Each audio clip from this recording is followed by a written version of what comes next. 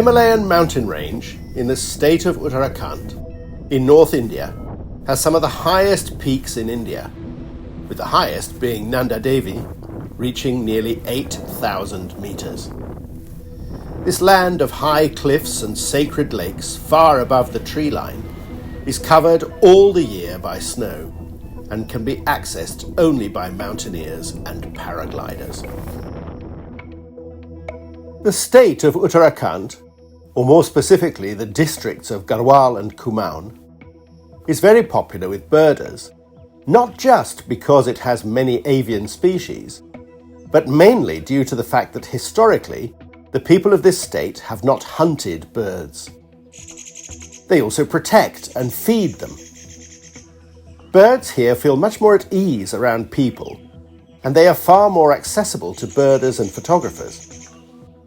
The most notable of all is the pheasant family. Carlige and Cocklas pheasants, and even Himalayan monal, can sometimes be seen foraging by the side of the road. In November 2022, I travelled with my friend Nick Manville to Uttarakhand. We started in Rishikesh and drove up the Ganga River to Ukimat. We passed Devprayag, where the Bhagirathi River joins the Alaknanda, and where the Ganga officially begins. Shortly after this, we stopped for the first bird of the tour. Next to the road, on a clay cliff, we found a large breeding colony of plain martins. These birds build their nests in holes in the cliffs where they are protected and can easily fly in and out of their nests. We continued driving and reached the Dari Devi temple, which is located on a small island in the Alaknanda River.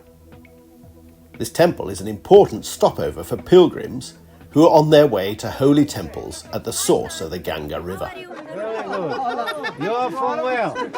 Dehradun. Dehradun to Gopeshwar.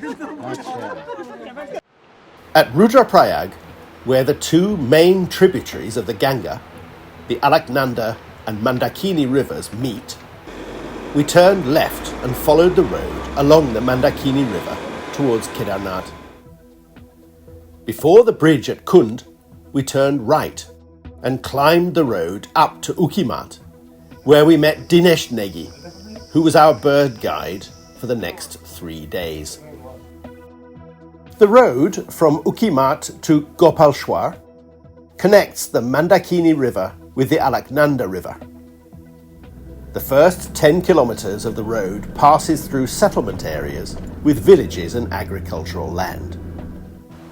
It then enters the forest, and shortly after, it crosses a bridge. From here to Mandal, for nearly 50 kilometers, the road goes through forest and mountain landscapes, and it is one of the most scenic roads in the Himalayas. From the bridge, the road leads through a beautiful deciduous forest until a clearing where there are a few houses. The bunker house is an important landmark in the area. From here, the road climbs through deciduous forest that slowly turns into deodar and rhododendron at higher altitudes. Later, the forest opens up and gives way to a grazing area. Here, there are many tented camps that cater for pilgrims and tourists who come to visit Tungnath Temple. The road continues further until a large car park with a bazaar, restaurants, tea stalls, shops that sell trekking boots, and a few guest houses. Here is where the trek to Tungnath Temple begins. This area is known as Chopta, and it is at an altitude of over 2,600 meters. Shortly after the bazaar, the road crosses a mountain pass. From the pass, the road continues to a small settlement called Bulkan, where there are a few tea stalls. Shortly beyond Bulkan, there is a watchtower, which is another important landmark, and from where there is a great view towards the mountains above Badrinath and of Nanda Devi. This is a popular picnic place, so be aware of monkeys. It's also a much-loved stop for tourists to take selfies. From here, the road goes down sharply through a thick forest of pine, oak and deciduous trees until Mandal, where the forest ends.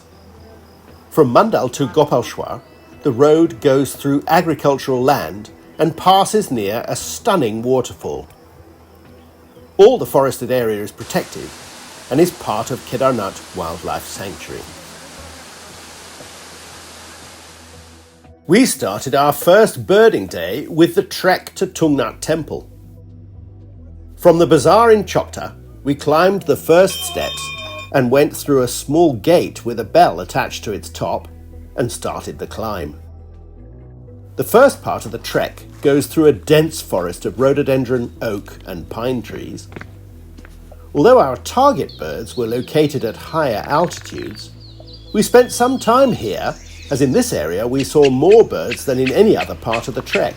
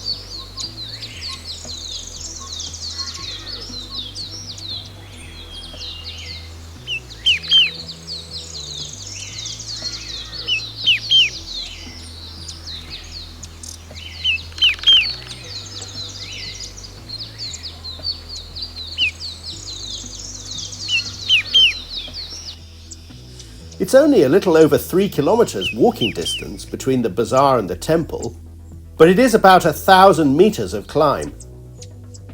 Walking uphill keeps the body warm in the freezing temperatures of early morning before the sun heats this side of the mountain. Breathing at this high altitude is difficult, and people have to make many rest stops. Others prefer an easier way and hire a horse to carry them up the mountain. Our guide Dinesh promised us 100% guaranteed sightings and maybe even selfies with the birds. I was very skeptical. My experience with manals is from Himachal Pradesh, where in every encounter with this species, I have found it flies away rapidly in panic and never gives a chance for a photo. The famous hill station Manali is named after the manal, but the only way to see these birds there would be in the small zoo near Manali Bazaar. I was amazed when we saw the first birds here, grazing openly in the grass, without any fear of all the people that were walking on the path only a short distance away. Some bird photographers stray off the path in order to get better shots, but this usually ends with the birds walking away and showing their backs to the frustrated photographers. We continued on our way up the path towards the temple. We saw about 20 different manals on the way up to the tea stalls, but very few other birds. Alpine accentors were seen near the tea stalls, foraging for food, obviously feeling very comfortable, only 3 to 4 meters away from the people. A piker, also known as a mouse rabbit, came out of a hole from the side of the path and went foraging. Like the birds, it had no fear. The sun had not reached our side of the mountain when we arrived at the tea stalls just below the temple, and the ground was still covered with frost. We ordered tea in one of the stalls and enjoyed the view of the mountains before clouds appeared and covered them. Dinesh told us that the building we saw was a high-altitude plant research centre. He then told us the names of the peaks we were admiring. The left one, you can see, this is Bandar Poonch. Okay, and in the center, Kedar Peak, and the right one is flat one. This one, see, After our tea break, we went behind the tea stalls to look for our second target bird. We saw a few Chakor partridge far down the mountain slope, and while watching them, I spotted a movement in the grass barely 15 meters away. A group of about 10 snow partridge were foraging peacefully, ignoring my presence completely. As Dinesh had promised earlier, they were almost posing for selfie. Snow partridge is a terrestrial bird of stony hillsides, mountain ridges and meadows above the tree line. It is usually found in small groups, normally about 6 to 8, but up to 30 during the non-breeding season. They're distributed all along the Himalayas, from Pakistan to Arunachal Pradesh. They are said to feed on mosses, lichens, berries and shoots of plants. A short walk up from the tea stalls via a small bazaar which sells typical objects of worship, like one can find in any pilgrim place, and we reached Tungnath Temple. At 3,680 meters, it is one of the highest Shiva temples in the world and is the highest of the 5 Kedar temples, and is the only one that is built just below a mountain peak. It's built in a North Indian Himalayan architectural style, and its origin is unknown. The priest, who is a local Brahmin from Makumat, told us the story behind the temple. Tungmin Heights. The India's all are Shiva's temple, highest temple in Tungnath. On our second birding day, Dinesh took us birding in lower altitude forest. We started from Ukimat before dawn, and we're lucky to see this porcupine on the road just as we entered the forest. We passed the bunker house, and shortly after, near a tea stall, we turned right onto the Paldwari to Makumat road and drove through the forest, stopping here and there for birding. The main site Dinesh took us to is a patch of forest on the road just above Kyle village and below Mako sheep farm. I was stunned by the number of birds we saw, both in terms of species and numbers. Very few cars pass along this road, so we could enjoy a concert of calling and singing Himalayan birds.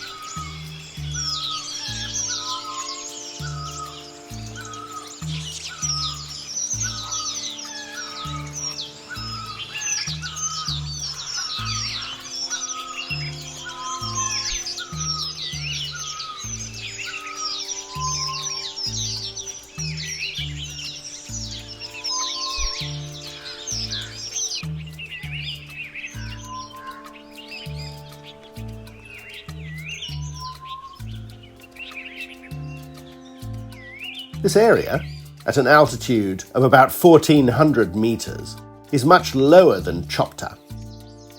In the Himalayan mountains, birds make local migrations from higher altitudes to lower altitudes before the winter sets in. First to descend are the flycatchers. By the time we visited in early November, they were all gone. Grosbeaks, on the other hand, descend only after heavy snow covers the mountains usually in early December.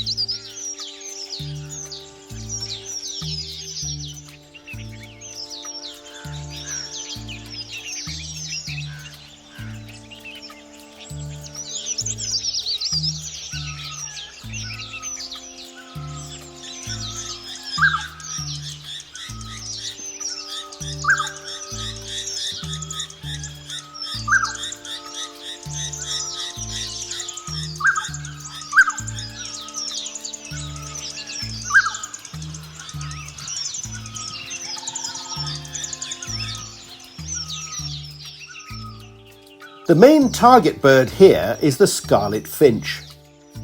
The brilliantly red male is fittingly named and unmistakable.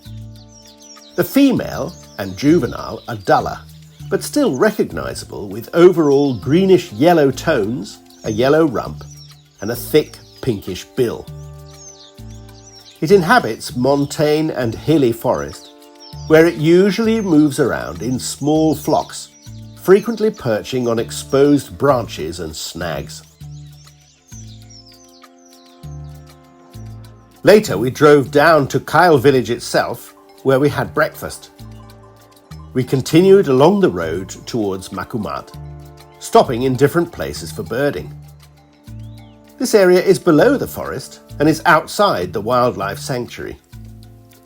This rural area is dotted with villages and farmland, some patches of degraded forest and orchards.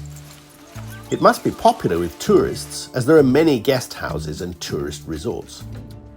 There are more birds in this area than in the thick forest of the wildlife sanctuary, and they are easier to see.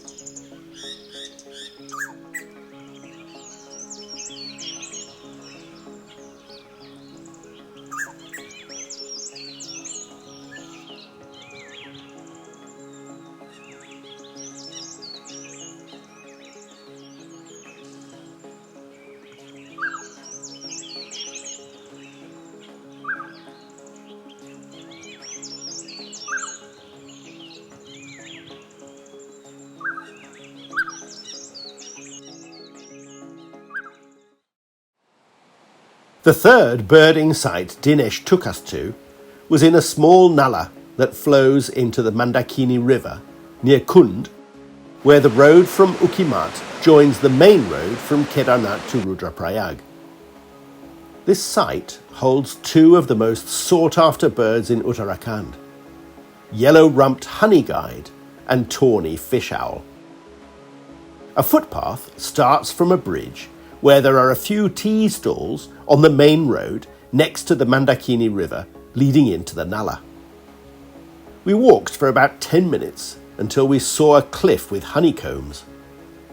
We waited for some time until we saw a pair of yellow-rumped honeyguides flying around the honeycombs. Yellow-rumped honeyguide is a poorly known species of bird, categorized as near threatened. It has a moderately small global population size as a result of its narrow habitat requirements and strong association with giant honeybees. The birds feed mainly on the foundation wax of the giant bees that attach the comb to rocks. Unlike other honeyguides, this species does not lead other animals to beehives. After a tea break near the bridge, we decided to check out the riverside for common birds that are associated with fast-flowing rivers. We walked along the Mandakini River, where a footbridge hangs above the water. Here we saw a crested kingfisher. We didn't see any other interesting birds until we came back to the bridge where we had had tea earlier. There, just under the bridge, we saw plumbeous and white-capped water redstarts and spotted forktail.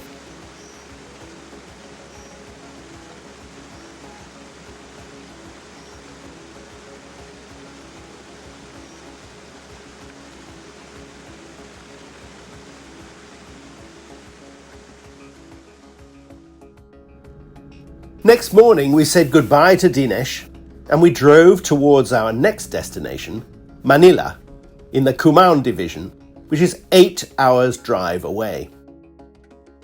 We decided to try and do some birdwatching on the eastern slopes of the forest, the side that flows into the Alaknanda River, between Bulkan and Mandal. We didn't see many birds, so we stopped for a coffee break. While drinking coffee, we saw a group of Himalayan langurs approaching us, hoping for some food. Formerly known as a subspecies of the grey langur, this is now recognized as a separate species. It inhabits forest areas in the Himalaya up to 4,000 meters.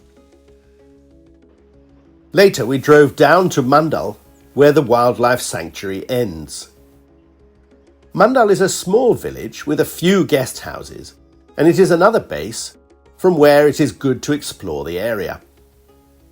We stopped for breakfast in the first place we found, which has a stunning view over the village and the valley behind it. In front of the balcony was a large tree with many birds calling. There we saw this Asian barred owlet, which was being mobbed by other birds. In late March 2024, I came again to Chopta with my wife, Helene. We mainly wanted to see the spring rhododendron flowering and to shoot more birds on video for this production. As I was familiar with the birding sites, we decided not to take a guide. We wanted to stay in the forest, so we rented a tent in one of the many tent camps. We chose a camp with a few tents within the forest itself. We planned to stay a few nights and explore the pine and rhododendron forest, but sadly bad weather with snow forced us to abandon, and after one night we left and went down to a lower altitude and took a room in a guest house near the bunker house. The rhododendron is the state tree of Uttarakhand. It blooms in March and April when the snow has melted and the hills are warming up. This is a very diverse flower that comes in a wide range of colours, including shades of white, pink, red, purple, yellow and orange, although in Chopta it is only red and pink. The flowers can be single, semi-double or double, and some varieties have striking patterns or markings on their petals.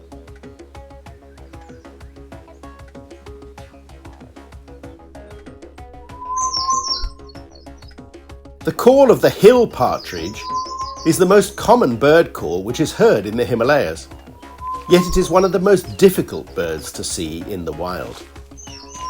One morning I found myself in the lower forest where I heard hill partridge calling very nearby. I knew that playing their call from the road would not work, so I walked into the jungle and set myself up in a place that looked suitable. I placed the speaker a few meters away and played. A few birds responded to the call and started to get close.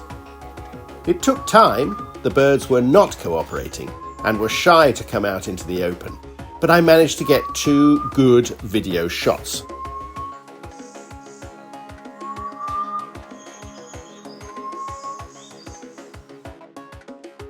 The bunker house is located in a small clearing in the heart of the lower forest of Chopta. After we left the tent camp, we took a room in the Hotel Snow View, where we stayed for the rest of the time. The manager of the hotel takes care to put food outside the hotel entrance, which attracts birds during the day and Himalayan civet at night. Also known as the masked palm civet, this species is the largest palm civet in India. It resembles other palm civets, but it does not have spots or stripes. Its tail is more than 2/3 the length of the head and the body.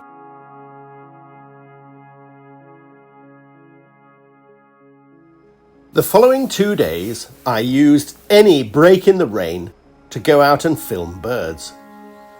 The birds are very active straight after rain, and there are good chances for shots. An interesting sighting was of this langur lying on the road getting warm, while the heat of the sun was evaporating the water. I spent most of the time in the deciduous forest at the Scarlet Finch site above Kyle village. It was spring. Trees were getting their new leaves and birds were calling and singing. I had the chance to photograph birds like flycatchers and cuckoos that had already migrated south during my previous visit in November.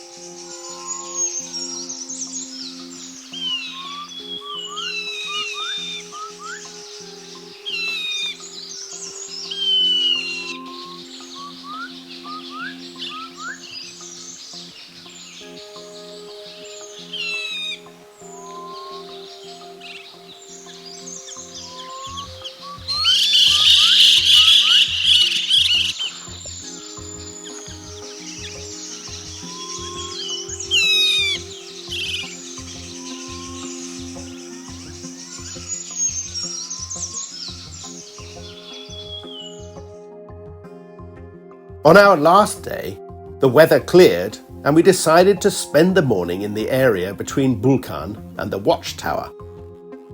This is the area east of Chopta Bazaar, over the pass. Bulkan is a small settlement in a forest clearing with a few tea stalls and restaurants, and a number of basic guest houses and a tent camp. There is a path which starts here and goes to Tungnath Temple. In this area, we saw many Himalayan tahr, an animal I'd missed altogether on my first visit in November. The word tahr in English is driven by the local name of the animal. It is a type of mountain goat endemic to the Himalayas. It's listed as near threatened on the IUCN Red List, as the population is declining due to hunting and habitat loss. Kedarnath Wildlife Sanctuary probably holds the largest population of Himalayan tahr in India. The animal has been introduced to other countries like South Africa and New Zealand, and it is possible that these countries have more animals than India. Male Himalayan tahr are much bigger than the females. We saw only one male, unfortunately in very bad light. Manal Point is a sharp curve on the road from Bulkan to the watchtower, only a few hundred meters from the watchtower itself. On the left, there is a small walking path that leads up towards a waterfall. On the right, there is a large nullah with a stunning view. Google describes this place as one of the most beautiful in the Garhwal Himalayas.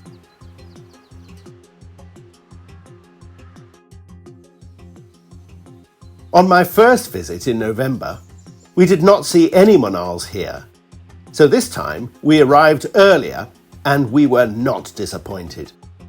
We quickly located a female feeding next to the road, and shortly after, we saw males and females, about 10 birds, feeding on the slopes on both sides of the road. For photographers, it is a better place for shooting images of the birds than in Tungnath, as the light condition is better. Himalayan manal is endemic to the Himalayan forest and shrublands at elevations of 2,000 to 4,500 meters. It is the national bird of Nepal and the state bird of Uttarakhand.